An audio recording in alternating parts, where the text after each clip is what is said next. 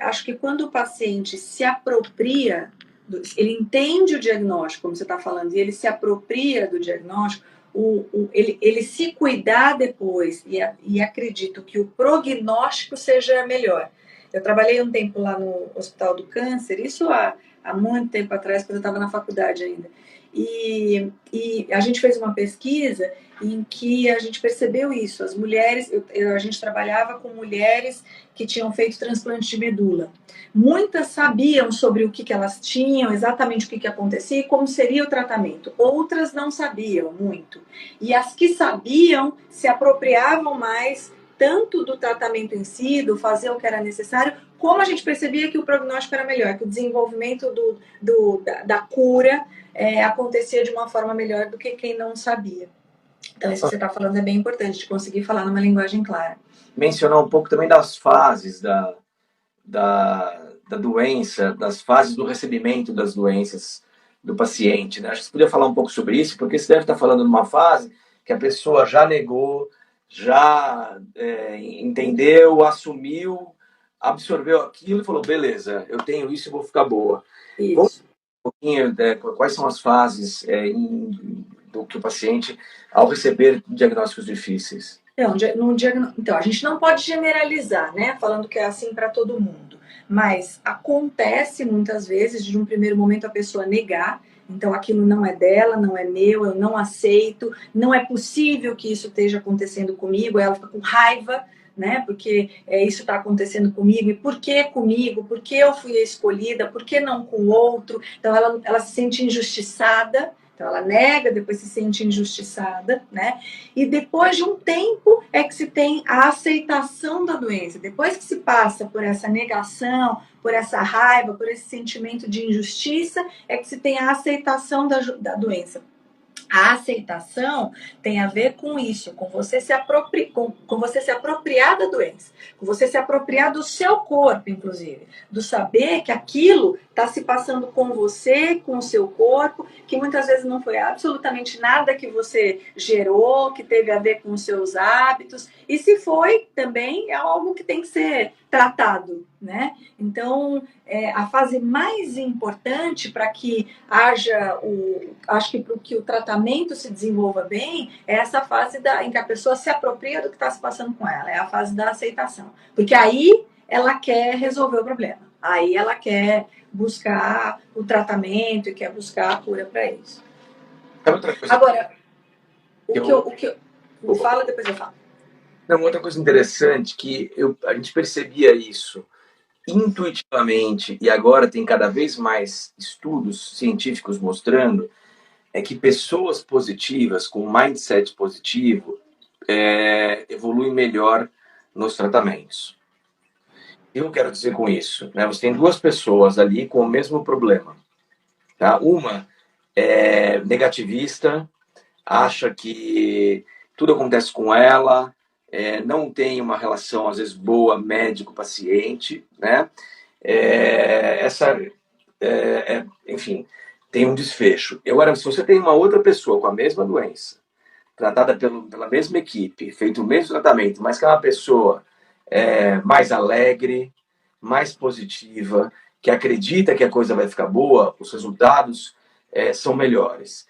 Isso a gente sempre achou, a gente não sabia como provar isso. E, recentemente, esse é um assunto que cada vez tem sido levado em pautas, em congressos ortopédicos, por exemplo.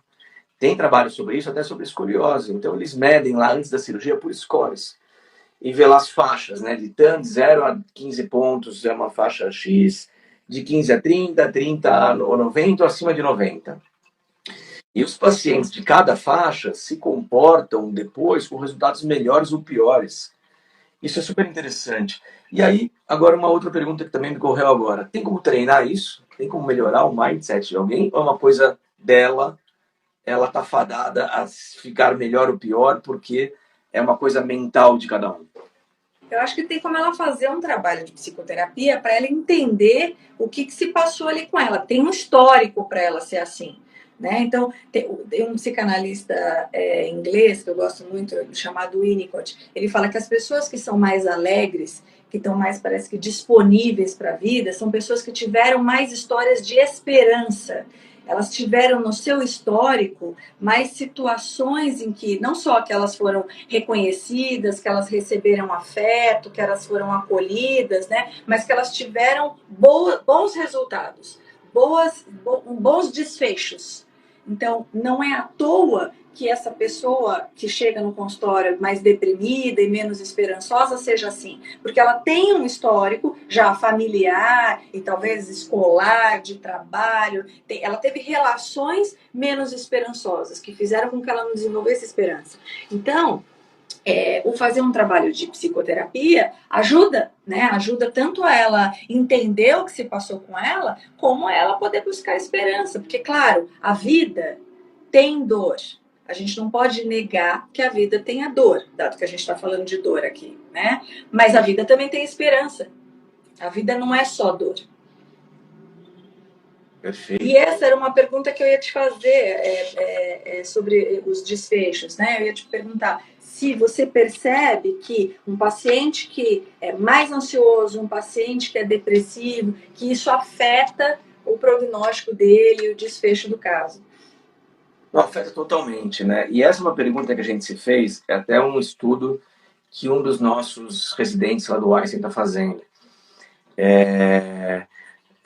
Na verdade, minto, é um aluno da graduação, né? Tá no segundo ano da graduação, que era o seguinte, né? Era avaliar o status emocional da cirurgia de coluna. Então, todos eles tinham uma compressão de coluna, né? Alguns eu estou vendo que estão por aqui na área, alguns que foram tratados e operados aqui, e preencheram questionários, estão preenchendo questionários, que era o seguinte, vamos avaliar então, de uma maneira muito simples, até depois uma pergunta que eu vou te fazer, se a pessoa é ansiosa e ou depressiva, e vamos ver depois de 6 meses da cirurgia, se os depressivos ansiosos estavam melhores ou piores do que os não. Ou seja, qual a relação da ansiedade nos resultados. E assim, esse trabalho não está pronto ainda, a gente está numa fase de tabular dados, mas a gente teve uma reunião recente, e a impressão inicial é de que a melhora da dor... Olha lá, uma pessoa está falando que preencheu. Ah, é? Então já está se... Já tive aqui, legal.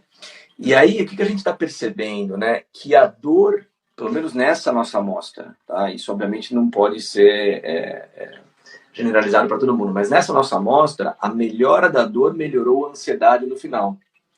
E ter ansiedade antes não mudou nada nos resultados depois. Então, com isso, uma das conclusões vai ser que a ansiedade ela foi mais consequência da dor do que causa. Do que causa do problema. Pelo menos para essa amostra de pacientes adultos com hérnia de disco lombar ou estenose que foram submetidos a uma descompressão. Essa é uma conclusão que vai mostrar em breve.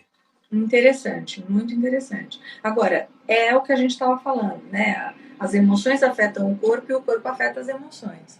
Então, no caso você está dizendo aí da ansiedade, o corpo sentindo dor, a pessoa fica mais ansiosa.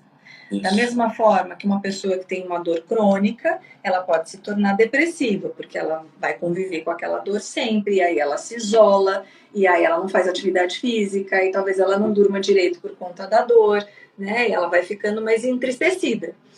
É um ciclo super difícil de quebrar. Um ciclo muito difícil de lidar. Quebrar. Exato.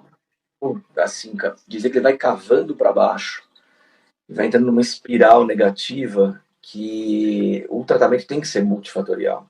Exato, tem que ser. Tem que ter o remédio, tem que ter a vontade dele em ficar bom.